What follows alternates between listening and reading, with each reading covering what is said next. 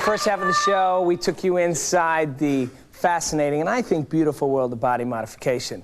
But now we're going to change it a little. Let's talk about pushing the limits of fear and physical strength as we check out what it takes to be an extreme athlete. Check this out.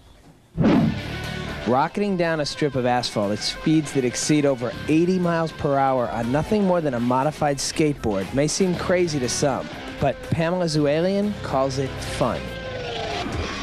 At 5'2" and a smidge over 100 pounds, this little lady from Pasadena has shown the world that when it comes to street luge, there's nobody meaner.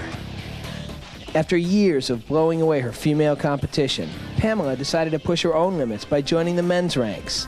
And over the past 4 years, this 20-something daredevil has consistently proven to be one of the top 5 overall street lugers in the world. All right, please give a big welcome to the first woman to compete in the Gravity and the X Games, Pamela Zoolalian.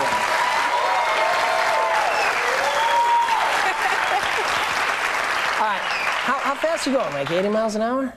Our average speeds racing are about 60, 65 miles an hour when we race. 60, 65. Now, how do you get into this street luging? I mean, you start one day, like, you know, like your backyard, you go down a hill on a, like, skateboard or something?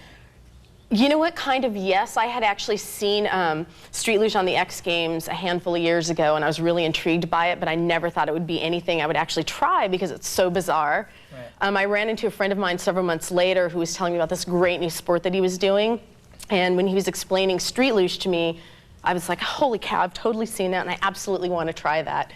We went on a renegade run in the hills of Pasadena at about 2 a.m. in the morning, and after that point, I was just absolutely hooked. You were done. And it's just the thrill, huh? It's just the thrill of that speed. It's just great. Yeah, you know, it's a little bit more than that, though, because, you know, it's the perspectives of it are really bizarre. You're lying on your back, you're looking, you know, past your toes. You know, you're so focused at what's going on ahead of you, but yet everything, you know, in your peripheral is going really, really fast. Can you see anything in your? What are you seeing in your peripheral? You see a ton of stuff in your peripheral, like, yeah. I'm too much of a control freak.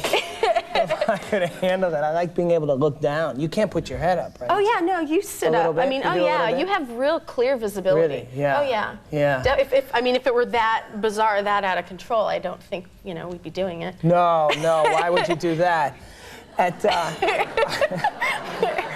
It's extreme sports. All right, you're like, you're 29, right? So you're almost like a matriarch in the world of extreme sports. I want to bring someone out here today. Well, I mean, you're, no, not in a bad way, not in a bad way, but most people are like 16, 17, 18, right? I guess so. I don't know. Nothing wrong with that. I think age is attitude. It's beautiful. It's like Brett Favre and the Packers. I'm not saying it's just, you're a champion. You're there, established.